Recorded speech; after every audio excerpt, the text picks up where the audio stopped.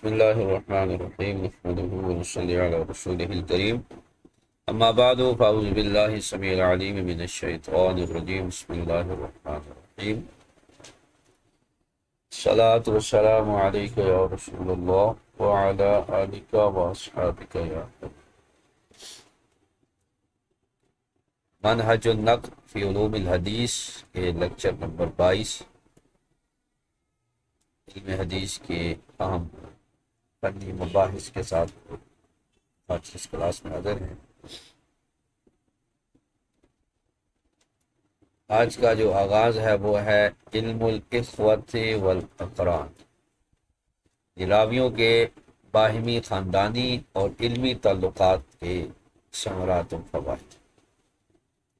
الاخوۃ والاخوات، بہن بھائی راوی۔ علم کی یہ علم حدیث کا ایک معزز اور منفرد باب ہے جس پر ائمہ حدیث مثلا علی بن مدینی، مسلم، ابو داؤد اور نسائی نے مستقل کتابیں تصنیف فرمائیں۔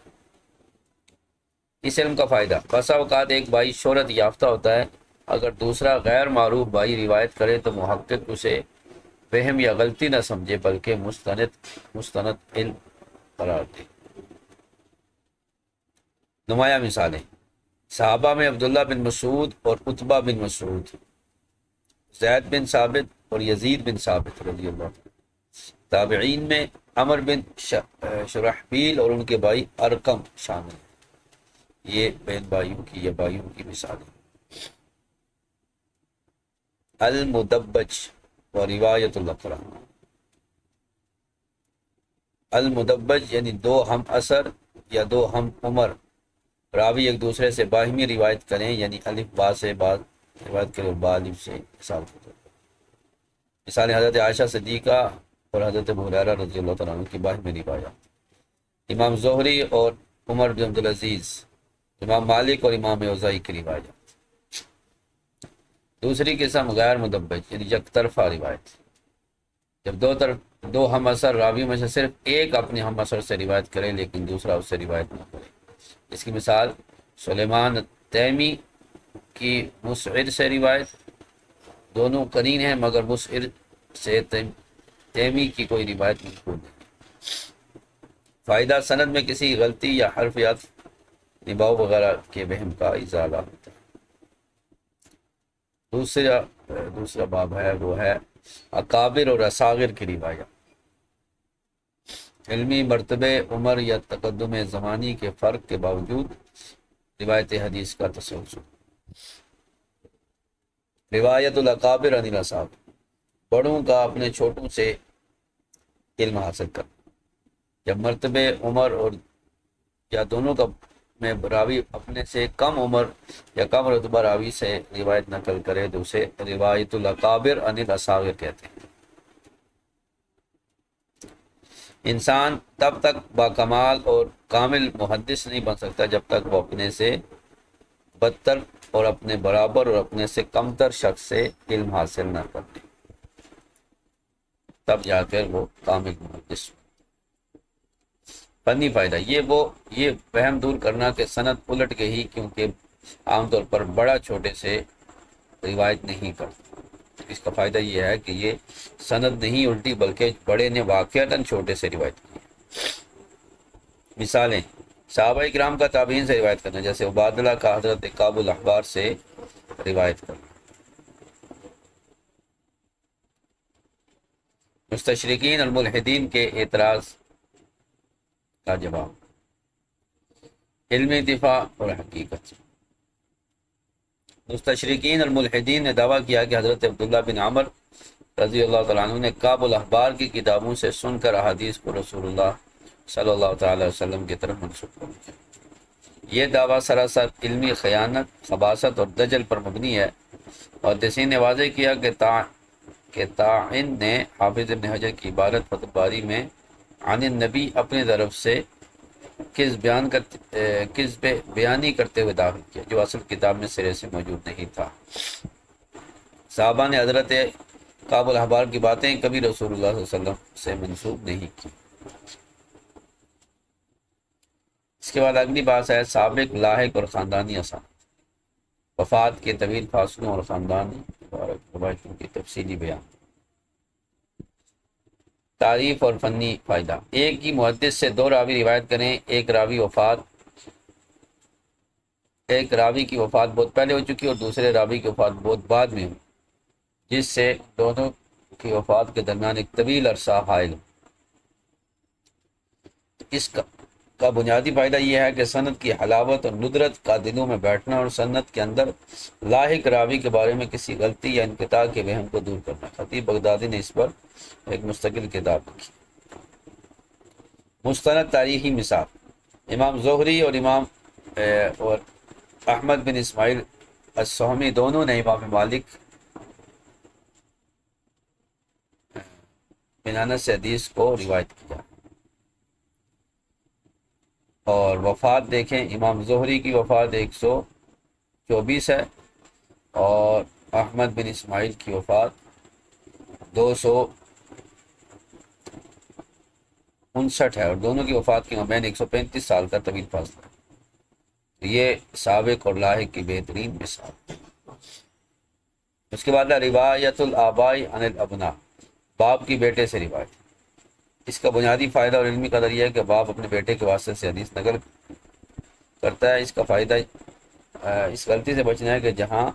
ناظر یہ گمان کرے کہ بیٹا باپ سے روایت کرتا ہے یا یہ سند الٹ گئی ہے، تو ایسا نہیں ہوا، بلکہ باپ بیٹے سے روایت کرتا ہے۔ تابعین میں صحابہ کرام میں اس کی مثال، حضرت عبداللہ بن عباس کی اپنے بیٹے حضرت عباس بن عبد المطلب کی روایت اپنے بیٹے فضل بن عباس سے ہے کہ رسول اللہ صلی اللہ علیہ وسلم نے مزدلفہ میں 2 نمازیں جمع فرمائیں۔ اور تابعین میں مثال، وائل کی اپنے بیٹے بکر بن وائل سے روایت کی، جنہوں نے امام زہری کے واسطے سے حضرت انس سے روایت کیا کہ نبی پاک صلی اللہ علیہ وسلم نے حضرت صفیہ کا ولیمہ ستو اور کھجور سے کیا۔ مستقل تصانیف اور کثرت۔ حافظ ابو عمر الدوری نے اپنے بیٹے ابو حفص سے تقریباً 16 حدیث روایت کی۔ خطیب بغدادی نے اس صنف پر نہایت قیمتی کتاب جو ہے وہ تصنیف فرمائی۔ دوسرا ہے روایت الابناء عن الآباء عن الاجداد، یعنی بیٹوں کی اپنے آبا و اجداد سے روایت۔ یہ ہے عمرو بن شعیب عن ابیہ عن جدہ،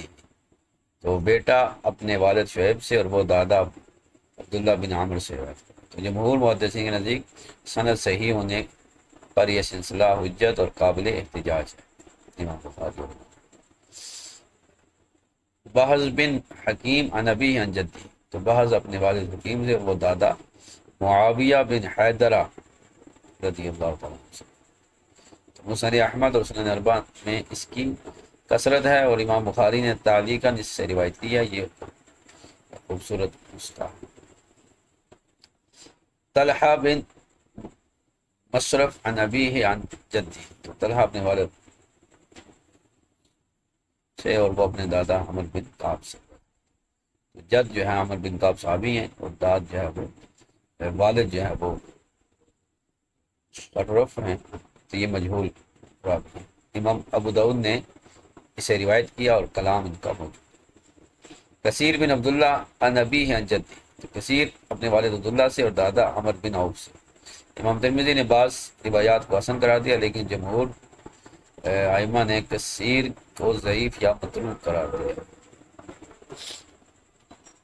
تو یہ آج کی ہماری پریزنٹیشن تھی، اور آج کی کل کے سبق میں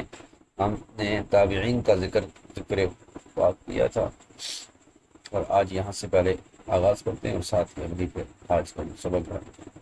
الاخوات والاخوات کو شروع ہو گئے۔ تو چوتھے نمبر پر جو ہے وہ ہے اتباع تابعین، یعنی تبع تابعین، یہ ان کی بحث ہے۔ وَيُمْكِنُ اسْتِخْرَاجُ تَعْرِيفِهِ مِمَّا سَبَقَ فَيُقَالُ، تو ان کی تعریف ماقبل تابعین کی تعریف سے نکالی جا سکتی ہے، اور یہ کہا جائے گا کہ تابع التابعی ہوا من شافہ التابعی مومنا بالنبی، کہ وہ تابعی جس نے حالت ایمان میں نبی پاک صلی اللہ علیہ وسلم کو دیکھا، اس تابعی سے تبع تابعی حالت ایمان میں ملاقات کرے، تو اس کو تبع التابعین کہے۔ قال الحاکم فی اہمیت هذا النوع وضرب الامثلہ له، امام حاکم نے اس نوع کی اہمیت کو بیان کیا اور اس پر مثالیں قائم کی۔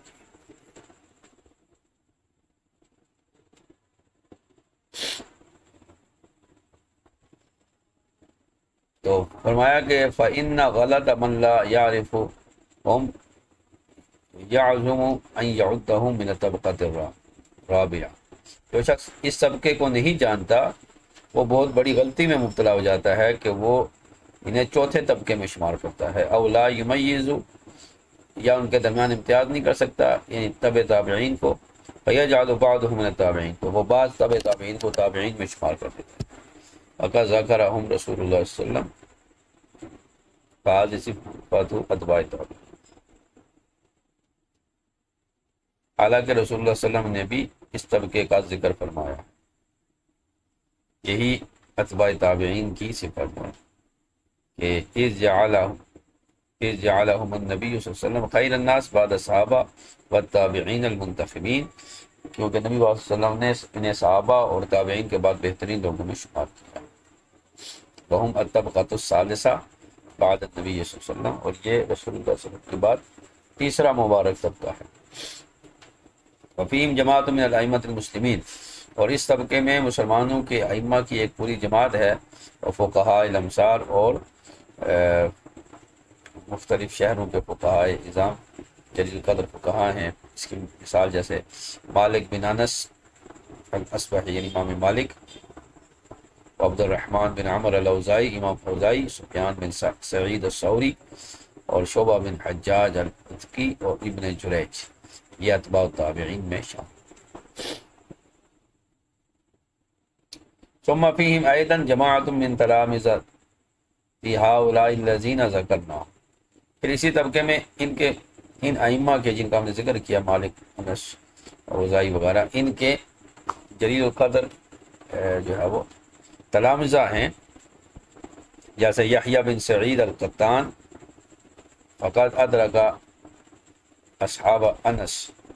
تو انہوں نے حضرت انس بن مالک کے متعدد شاگردوں کو پایا، یعنی تابعین کی ایک پوری جماعت کو پایا۔ اور عبداللہ بن مبارک فقد ادرک جماعت من التابعین، اور عبداللہ بن مبارک نے تابعین کی ایک پوری جماعت کو پایا۔ اور محمد ابن حسن الشیبانی، اور امام محمد جو ہیں حنفی، جو ہے امام اعظم کے شاگرد، ممن روى الموطأ عن مالک، جنہوں نے امام مالک سے موطا کو روایت کیا، جسے موطا امام محمد کہتے ہیں۔ فقد ادرک جماعت من التابعین، تو انہوں نے بھی تابعین کی ایک پوری جماعت کو پایا۔ ومن مساطر معرفت رجال التابعین و تابعیہم، تو تابعین کی معرفت اور تبع تابعین کی معرفت کے لیے جو کتاب ہے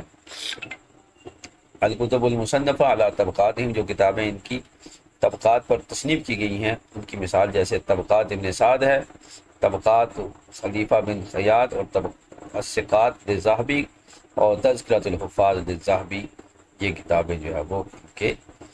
معرفت کے لیے یہ کتابیں موجود ہیں، ان کے ذریعے ہم تبع تابعین کی معرفت حاصل کر سکتے ہیں۔ اس کے بعد آج کی گفتگو شروع ہوتی ہے الاخوات والاخوات، کہ بہن بھائی کی معرفت علم حدیث میں، وهو علم وزیر من معارف اہل الحدیث المنفرد بالتسلیم، تو یہ اخوات اور اخواتن کا جو علم ہے بہن بھائیوں کی، اس کی معرفت علم حدیث کی ایک نہایت نفیس اور نادر قسم ہے، جس پر محدثین نے مستقل الگ سے کتابیں جو ہے وہ تصنیف کی۔ ومن فائدتہ، اس کا فائدہ دی کہ مما نرى انه قد اشتہر احد الاخوات بالروایت، اس کا فائدہ یہ ہے کہ ہم نے دیکھا کہ بھائیوں میں سے ایک بھائی جو ہے وہ مشہور ہوتا ہے روایت کے ساتھ، تو فلا يظن الباحث اذا وجد الروایہ عن بعض اخواتہ انها وهم، تو ریسرچر کو اور تحقیق کرنے والے کو یہ گمان نہ ہو کہ جب وہ کسی روایت میں اس کے بھائی کو پائے تو وہ یہ گمان کر لے کہ یہ وہی مشہور اور روایہ بھائی ہے، یہ بہم اس کو نہ ہو۔ اب فمن امثلۃ الاخوین من الصحابہ، صحابہ کرام میں بھائیوں کی مثال عبداللہ بن مسعود اور عتبہ بن مسعود رضی اللہ تعالیٰ، وہما اخوان، دونوں بھائی تھے، اور زید بن ثابت اور یزید بن ثابت اخوان، یہ بھی دونوں بھائی تھے۔ تابعین میں مثال عمر بن شرحبیل، ابو میسرہ اور ان کے بھائی ارقم ہیں، کلاہما من اصحاب ابن مسعود، یہ دونوں حضرت عبداللہ ابن مسعود کے شاگرد۔ ثلاثۃ اخوات، تین بھائی، اس کی مثال مولا کائنات حضرت علی، حضرت عقیل ان کے بڑے بھائی، اور حضرت جعفر طیار، یہ تینوں حضرت جناب مطلب کے بیٹے۔ اور ثلاثۃ اخوات من الصحابہ ومن اہل البیت، یہ صحابہ کرام اہل بیت سے ہیں، حضرت علی المرتضیٰ صحابہ کرام میں بھی ہیں، حضرت عقیل اور جعفر اور اہل بیت اطہار۔ اور سہل اور عباد اور عثمان، یہ بنو حنیف ہیں، سہل بن حنیف، عباد بن حنیف اور عثمان بن حنیف، اخوت و ثلاثۃ من الصحابہ۔ عمر بن شعیب اور عمر اور شعیب اور بنو شعیب بن محمد بن عبداللہ بن عمر، اخوت و ثلاثۃ من التابعین، تو یہ جو ہے یہ تین تابعین کے بیٹے ہیں۔ واکثر ما ذکر من الاخوات تسعا علی ما افاد السیوطی، اور زیادہ سے زیادہ جو بھائی ہیں، جو تعداد ہے، امام سیوطی محدثین نے ایک ہی خاندان کے زیادہ سے زیادہ 9 بھائیوں کا ذکر کیا۔ فقط صنف فی ھذا النوع جماعت من الحفاظ، تو اس نوع میں یعنی الاخوات والاخوات میں حفاظ کی ایک جماعت نے تصنیف کی ہے، ان میں علی بن مدینی ہیں جن کی 200 کتابیں ہیں تقریباً، اور امام مسلم ہیں اور امام داؤد ہیں اور امام نسائی وغیرہ نے اس موضوع پر پوری کتابیں لکھی، الگ سے کتابیں لکھی، جیسے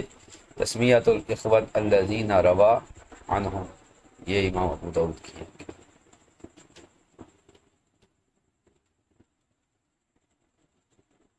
اس کے بعد اگلا موضوع ہے المدبج و روایت الاقران بعضهم عن بعض، مدبج اور ہم اثر راویوں کا ایک دوسرے سے روایت کرنا، الاقران عمر روات المتقاربون فی السن والاسناد، اقران ان راویوں کہتے ہیں جو عمر میں اور سند میں ایک دوسرے کے برابر ہوں، وقت بعضهم بالتقارب فی الاسناد فقط، اور بعض نے صرف سند میں قریب ہونے پر ہی اکتفا کیا، جو سند میں قریب ہوں یا ایک ہی شیخ سے ہوں انہیں اقران کہا جاتا ہے۔ فقط ذکروا قسمین لروایت القرنین عن قرنین، محدثین نے ایک قرین کی دوسرے قرین سے، یعنی ایک ہم اثر کی دوسرے ہم اثر سے روایت کرنے کی 2 قسمیں بیان کی۔ الاول المدبج، پہلی قسم مدبج ہے، وهو ان يروي القرینان كل واحد منهما عن الاخر، كل واحد منهما عن الاخر، وہ یہ ہے کہ 2 قرین، 2 ہم زمانہ ہر ایک دوسرے سے روایت کریں۔ اس کی مثال حضرت ابو ہریرہ اور حضرت عائشہ صدیقہ ہے۔ وروا کل منہما عن الاخر، ان دونوں نے ایک دوسرے سے روایت کی، حضرت عائشہ حضرت ابو ہریرہ سے اور ابو ہریرہ حضرت عائشہ سے۔ اور تابعین میں اس کی مثال امام زہری اور عمر بن عبدالعزیز ہیں، اور مالک اور امام اوزائی ہیں، تو امام مالک نے امام اوزائی سے اور امام اوزائی نے امام مالک سے۔ قسم ثانی غیر مدبج ہے، وہ یہ ہے کہ ان یروی احد القرینین عن الاخر ولا یروی الاخر عنہ، کہ غیر مدبج یہ ہے کہ 2 ہم زمانہ میں سے ایک ہم زمانہ دوسرے سے روایت کرے لیکن دوسرا پہلے سے روایت نہ کرے۔ اس کی مثال ہے روایت سلیمان التیمی عن مسعر بن کدام، سیاستہ کے یہ راوی ہیں، تو یہ دونوں ہم اثر ہیں۔ ولا نعلم لمسعر روایت عن تیمی، لیکن ہم نہیں جانتے کہ مسعر نے تیمی سے روایت کی۔ تو اس نوع کا فائدہ یہ ہے کہ اللہ توہم الناظر کہ ان ذکر احد المتقارنین واقع فی سند خطا، کہ دیکھنے والے کو یعنی بحث کرنے والے کو یہ گمان نہ ہو کہ 2 ہم اثر میں سے کسی ایک کا نام غلطی سے آ گیا ہے۔ واللہ یفہم ان عن خطا، اور یہ بھی نہ سمجھے کہ سند میں جو عن کا لفظ ہے یہ غلط ہے، کہ وَأَنَّ صَوَابَهَا واو العطف، اصل میں عن کی جگہ واو عاطفہ تھا، الذی تدل علی انہما اشترکا فی روایت الحدیث عن الراوی، یعنی اصل میں واو تھا اور واو کو عن کر دیا، تو یہ واو جو ہے نا اشتراک پر دلالت کر رہا تھا کہ ان دونوں نے ایک شخص سے روایت کی ہے۔ فقط صنف دارقطنی فی المدبج کتابا، تو امام دارقطنی نے مدبج پر ایک پوری کتاب لکھی ہے، وہو اول من سماہ بہ، اور انہوں نے ہی اس قسم کو نام دیا مدبج کا، یہ اصطلاح انہوں نے رائج کی۔ وصنف حافظ ابو شیخ فی روایت الاقران، اور حافظ ابو شیخ نے بھی اقران کے موضوع پر ایک مستقل کتاب لکھی۔ اس کے بعد ہے روایت الاقابر، اکابر اور روایت اصاغر، اکابر کا روایت کرنا اصاغر سے۔ قدیر الکبیر القادر اب السن، قدیر کبیر القادر یا کبیر السن، یعنی بڑی مرتبے والا یا بڑی عمر والا یا دونوں والا، عمر بھی زیادہ ہے مرتبہ بھی زیادہ ہے، لیکن روایت کر رہا ہے عمن دونہ، اپنے سے کم رتبے والے یا کم عمر سے، جیسا کہ کہا گیا ہے کہ لا ينبل الرجل حتى يأخذ عمن هو فوقه وعمن هو مثله وعمن هو دونه، کہ آدمی اس وقت تک کامل عالم نہیں بن سکتا جب تک وہ اپنے رتبے سے بڑے آدمی سے اخذ حدیث نہ کرے، اپنے ہم مثلوں سے نہ کرے، اور اپنے سے کم تر لوگوں سے نہ کرے۔ ومن الفائدہ فی، اس قسم کا فائدہ یہ ہے کہ اللہ یتوہم انقلاب سند،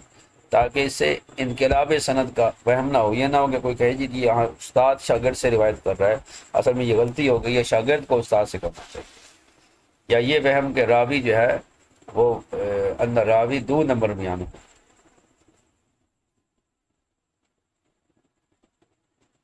کہ راوی اپنے شیخ سے مرتبے میں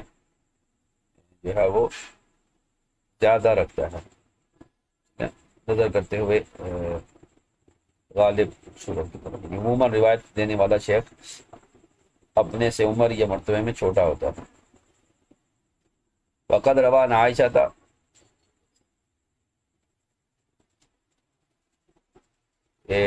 حضرت عائشہ صدیقہ سے روایت ہے کہ رسول اللہ صلی اللہ علیہ وسلم نے فرمایا امرنا رسول اللہ صلی اللہ علیہ وسلم ان ننزل الناس منازل، کہ ہمیں حکم دیا گیا، رسول اللہ صلی اللہ علیہ وسلم نے ہمیں حکم دیا کہ لوگوں کو ان کے مناسب مرتبے پر رکھا جائے۔ وقت ذکروا مما يندرج تحت هذا النوع، يندرج تحت هذا النوع، اس نوع کے تحت یہ صورت بھی آتی ہے کہ ایک روایت صحابی یا تابعی، کہ صحابی تابعی سے روایت کرے، جیسے کا روایت العباد اللہ وغیرہ من الصحابہ عن کعب الاحبار، تو جیسے اب عباد اللہ عبداللہ جو صحابی ہیں یا دیگر صحابہ جو کعب الاحبار سے روایت کریں، بعض ما کان یحدث به من اخبار السابقین، حضرت کعب الاحبار سے سابقہ امتوں کے بعض واقعات کو نقل کریں۔ فقط وهذا قد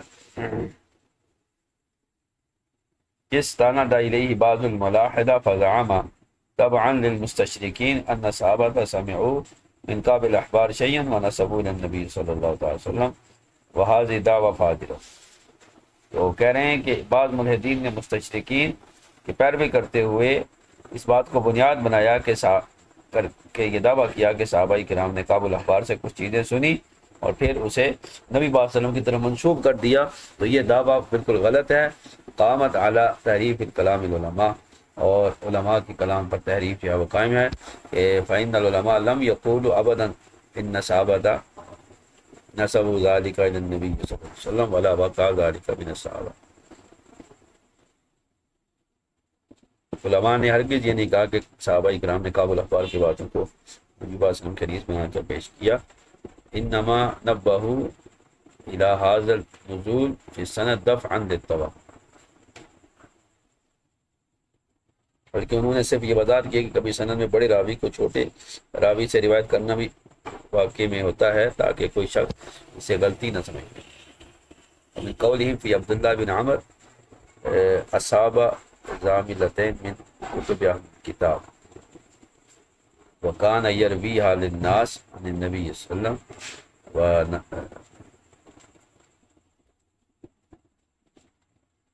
ونسب الطاعن ذلك الى فتح القدیر، یہ عبارت ہے۔ اس سلسلے میں علماء نے حضرت عبداللہ بن عمر کے بارے میں کہا کہ انہیں اہل کتاب کی 2 بوریاں یا 2 مجموعے زاملتیں ملی، اور وہ اس میں جو موجود تھا اس کو وہ لوگوں کے لیے نبی صلی اللہ علیہ وسلم سے بیان کرتے ہیں۔ یہ تان جو ہے وہ فتح الباری کی طرف منسوخ کیا، لیکن یہ خیانت ہے اور دھوکہ ہے۔ تان کرنے والے نے اس میں جو ہے وہ چلاکی سے اور دھوکے سے کام لیا، اور حافظ کے کلام یعنی حافظ ابن حجر کے کلام میں یہ کلمات نہیں ہیں کہ وحی عن النبی صلی اللہ علیہ وسلم، کہ وہ لوگوں کے لیے حضور کی حدیث بنا کر روایت کرتے ہیں۔ آزادہ یعنی کان یروی حال الناس یہ تو ہے، لیکن عن النبی یہ نہیں ہے، تو یہ جھوٹ ہے۔ انصب حال حافظ ابن حجر بختارن، تو اس بات کو حافظ ابن حجر کی طرف کھلا بہتان بنا کر پیش کیا۔ روایت الاکابر عن صاغر نوع طریف، تو اکابر کے اصاغر سے روایت کرنے ایک نہایت دلچسپ صورت ہے، وہ یہ ہے کہ صحابی تابعی سے روایت کرے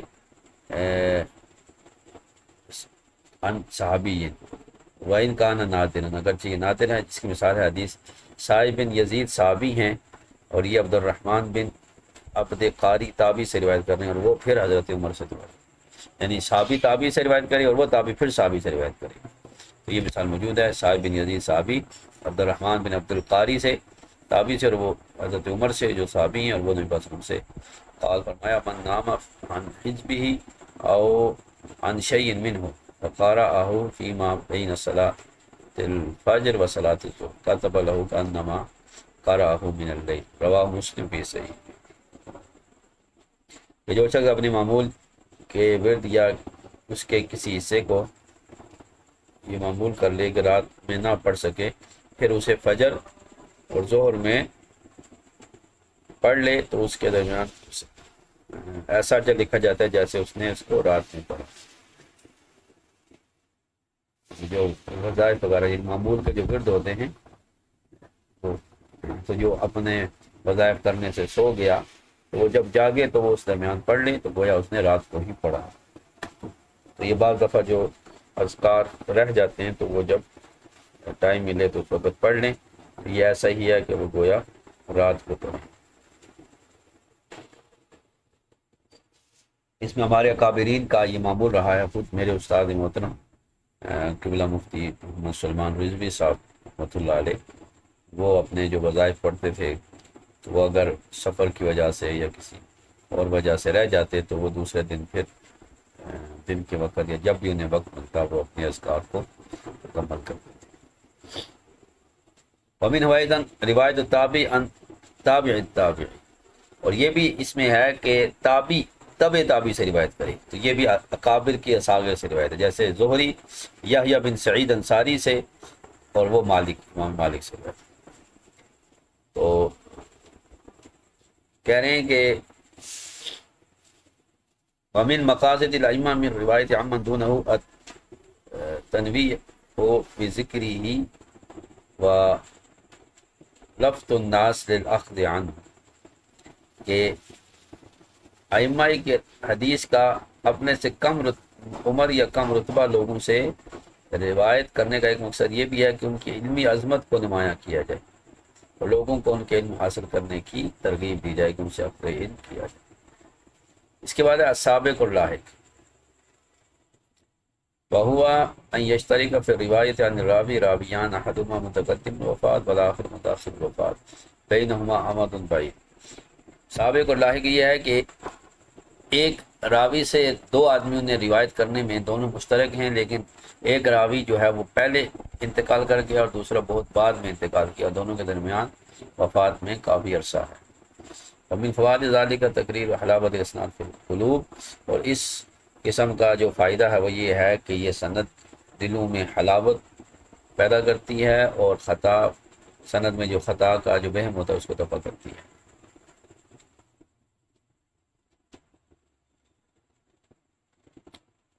وهذا انما يقع عند روایت الاکابر الصاغر ثم بعد زمن يسمع من المروي عنه الصغير راو متأخر، الصغير راو متأخر۔ یہ صورت عموماً جو ہے اس وقت پیش آتی ہے جب کوئی بڑا راوی کسی چھوٹے راوی سے روایت کرے،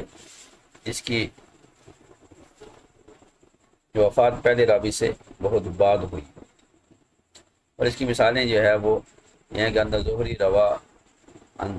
تلمیذہ الامام مالک بن انس، کہ اس کی مثال یہ ہے کہ امام زہری نے اپنے شاگرد امام مالک بن انس سے روایت کی وقت توفی زہری، اور امام زہری کا انتقال ہوا 124 میں، وممن روا عن مالک احمد بن اسماعیل السہمی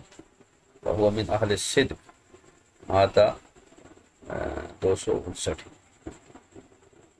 جبکہ ممالک سے روایت کرنے والوں میں احمد بن اسماعیل السہمی ہیں، یہ بھی اہل صدق میں سے سکہ راوی ہیں، ان کی وفات 259۔ اس طرح امام زہری اور احمد بن اسماعیل کی وفات کے درمیان جو ہے وہ 135 سال کا فاصلہ ہے۔ وقد صنف الخطیب البغدادی فی ذلک کتابا اسماء السابق واللائق، تو خطیب بغدادی نے اس بارے میں کتاب لکھی ہے کہ دو راویوں نے ایک نے پہلے روایت کیا، ایک نے بعد میں روایت کیا، تو اس بارے میں کتاب کا نام ہے السابق واللائق۔ اس کے بعد 9واں ہے روایت الآباء عن الابناء، باپ داداؤں کا اپنے اولاد سے روایت کرنا۔ یہ اس نوع کا فائدہ یہ ہے کہ اس غلطی سے بچنا ہے کہ یہاں پر جو ہے وہ بیٹے کو باپ نہ سمجھ لیا جائے یا انقلاب سند کا رحم نہ ہو۔ اس کی مثال صحابہ کرام یہ ہے کہ حضرت عباس بن عبد المطلب نے اپنے بیٹے فضل بن عباس سے روایت کیا کہ رسول اللہ صلی اللہ علیہ وسلم نے مزدلفہ میں 2 نمازوں کو جمع کیا، اور تابعین میں اس کی روایت یہ ہے کہ وائل بن حجر نے اپنے بیٹے یا وائل نے اپنے بیٹے بکر بن وائل سے 8 حدیث کو روایت، ان میں من حوائل عن بکر عن زہری عن انس ان النبی صلی اللہ علیہ وسلم او لمع علی شفیہ بشویق وتمر، او لمع علی شفیہ بشویق وتمر، کہ نبی صلی اللہ علیہ وسلم نے حضرت شفیہ ام المؤمنین کا ولیمہ جو ہے ستو اور کھجور کے ساتھ کیا۔ ومن بعدہم روایت ابو عمر حفص بن عمر الدوری المقری عن ابنہ ابو جعفر محمد بن حفص 16 حدیثاً، ان کے بعد جو ہے وہ ابو عمر حفص بن عمر نے اپنے بیٹے ابو جعفر محمد بن حفص سے 16 حدیث روایت کی۔ وہذا اکثر ما روینا للاب عن ابنہ، تو یہ وہ روایتیں ہیں کہ ایک بیٹے کی اپنے ایک باپ کے اپنے بیٹے سے سب سے زیادہ روایات یہاں پر مشہور۔ تو امام خطیب بغدادی نے اس باب میں بھی ایک بڑی قیمتی کتاب لکھی ہے، اور اسے جو ہے وہ نقل منہ المؤلفون امثلۃ کثیرہ، جس کے بعد مصنفین نے بکثرت مثالیں جو ہے وہ نقل کی۔ اس کے بعد 10ویں ہے روایت الآباء ابناء عن الآباء، اولاد کا اپنے آبا و اجداد سے روایت کرنا۔ اس کی 2 قسمیں ہیں۔ پہلی یہ ہے کہ بیٹا اپنے صرف باپ سے روایت کرے، اس کی مثالیں بہت ساری ہیں۔ مشہور مثالیں جو ہے وہ یہ ہے ابو الشعراء عن ابی ہے، ابو الشعراء اپنے والد سے کہ سالت رسول اللہ صلی اللہ علیہ وسلم اما تکون الزکوٰۃ الا فی حلق واللبن، کہ ابو شعراء اپنے والد سے روایت کرتے ہیں، اور وہ رسول اللہ صلی اللہ علیہ وسلم سے انہوں نے پوچھا عرض کی کہ کیا ذبح صرف حلق اور لبہ ہی میں کیا جاتا ہے؟ یہ باپ بیٹے کی روایت۔ ابو شعراء لم یأتی فی الاسانید الا مکنیا ووالدہ لم یسمى فی شیء من طرق الحدیث، اور ان کے والد کا نام جو طرق حدیث میں نہیں ہے۔ اشر یہ ہے کہ ان ابا شعراء ہوا اسامہ بن مالک بن قدحم، یہ ان کا والد کا نام۔ دوسری روایت یہ ہے کہ بیٹا اپنے باپ سے اور پھر وہ دادا سے روایت کرے، تو یہ کثیر مثالیں ہیں، لیکن دون کثرت الاول، لیکن پہلی کی مثال سے کم تر ہے۔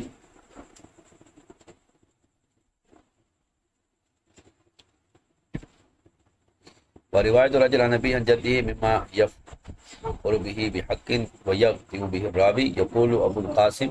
منصور بن محمد العلوی، تو اس بارے میں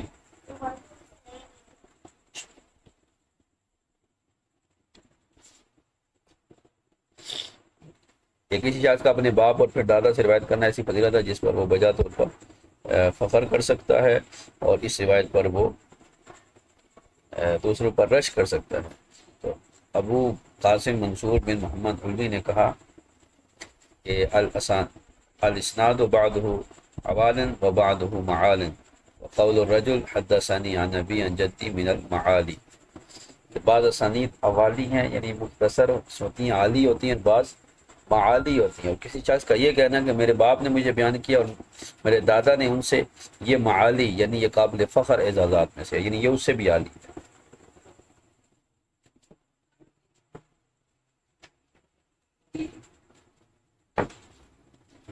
بعض اربعۃ اسانید مشتہرۃ من ذلک، تو یہ چار قسم کے اسانید جو ہے یہ مشہور ہیں۔ ایک عمر بن شعیب عن بن محمد بن عبداللہ بن عمر بن عاص عن ابیہ عن جدی، تو یربا بہذا سند نسخۃ کبیرہ حسنۃ الحدیث، تو یہ حدیث حسن درجے کی آئی ہے کئی نسخوں میں، اکثر ہوا فقیہیات جیاد فی المسند امام احمد و فی السنن اربعہ، تو اس کی اکثر فقی روایات جو ہے وہ مسند امام احمد میں اور سنن اربعہ میں ہیں۔ وهذه السلسلة قد اشتجر فيما بين فيها خلاف بين المحدثين وطعن في بعضهم بعدم الاتصال، اور البتہ اس سند کے بارے میں محدثین کے درمیان اختلاف آ جاتا ہے، بعض نے اس میں عدم اتصال کے ہونے پر کلام بھی کیا۔ والمختار الذي جرى عليه اکثر المحدثین والاحتجاج بعمر بن شعیب عن ابیہ عن جدہ اذا صح سند الیہ قال البخاری، کہ مختار یہ ہے کہ عمر بن شعیب جب کی سند جب صحیح ہو تو یہ روایت جو ہے وہ قابل حجت ہوتی ہے۔ قال البخاری، امام بخاری نے فرمایا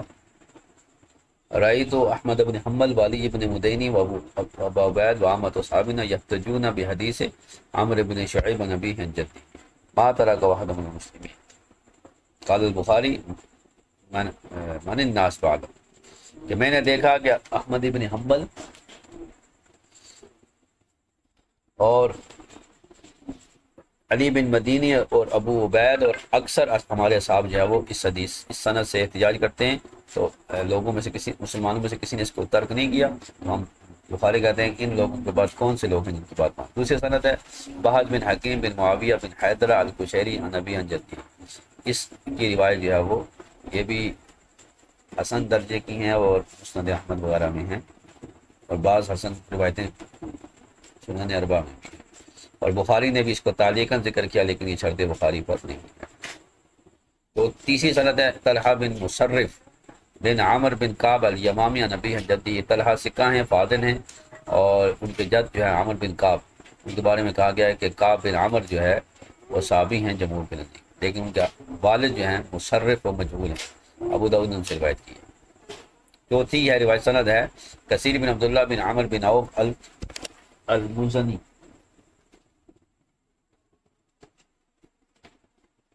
عن ابیہ عبداللہ عن جدہ عمر، اس کو امام ترمذی نے 5 روایتیں کی ہیں اور حسن کا حکم لگایا ہے، دوسری روایتوں کے ساتھ درجہ حسن تک پہنچ جاتی ہے، لیکن اکثر ان کو ضعیف جو ہے وہ کثیر کو ضعیف قرار دیتے ہیں، اور منہم من ترکہ ورماہ ومشاہ الباق، تو اکثر جو ہے وہ اس کو کثیر راوی کو پر جرا کرتے ہیں، اور بعد نے ان پر شدید جرا کی اور بعد نے ان کی روایتوں کو قابل قبول کیا۔ وروایت الابناء عن اباء مما يحتاج لمعرفتهم فإن مشاهدة كثير من الأحيان الله يشعر اسم الأب بالجد في السند ويخشى أن يخفى على الناظر به۔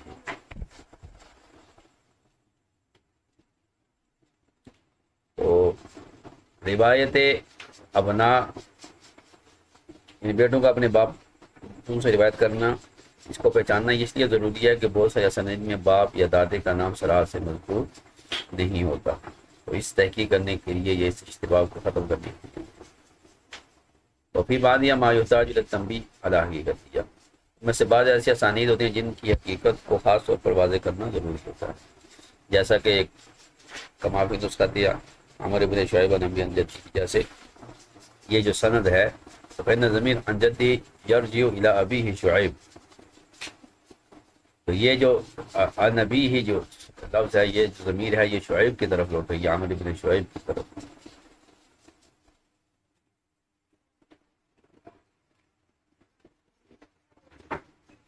یعنی سلسلہ اس طرح ہے کہ حاضر عمرو بن شعیب عن ابیہ شعیب عن جدہ اے جد شعیب وهو عبداللہ بن عمرو وقد قیل ان شعیبا لم يسمع من جدہ، یہ کہا گیا ہے کہ عبداللہ شعیب نے اپنے دادا عبداللہ بن عمرو سے نہیں سنا، لیکن تحقیق یہ ہے کہ انہوں نے سنا ہے، لہذا اس لیے یہ سند ہو جاتا ہے۔ وقت روایت ابی عبیدہ بن عبداللہ بن مسعود عن ابیہ فإنه لم يسمع اباہ، اسی طرح ابو عبیدہ کی روایت ابو عبیدہ بن عبداللہ بن مسعود کے بعد عبداللہ بن مسعود سے، تو انہوں نے اپنے والد سے نہیں سنا۔ علماء نے اس نوع میں بھی تصنیف کی ہیں کہ تحقیق مثل ھذا الغرض، اس غرض کو حاصل کرنے کے لیے کثیر کتب جو لکھی گئی ہیں، جیسے کہ ابن ابی خیثمہ انہوں نے کی کتاب لکھی ہے، ابو نصر وائلی سجزی اور ابو حافظ العلائی نے کتاب اجماع مصنف فی ذالک، اور اس میں نقل عنہ العلماء اشیاء کثیرۃ، علماء نے پھر کی کتابوں میں کثیر اشیاء کو ذکر۔ یہ یہاں تک ہماری بحث اول ختم ہوئی۔ اب کل سے ہماری المبحث الثانی ہوگی فی علوم اسماء الرباع۔ اب یہ مبہمات اور اسماء الباب ان چیزوں پر گفتگو اب اگلی بحث سے